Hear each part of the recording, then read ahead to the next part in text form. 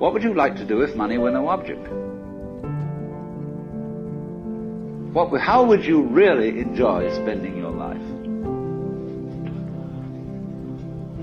Better to have a short life that is full of what you like doing than a long life spent in a miserable way.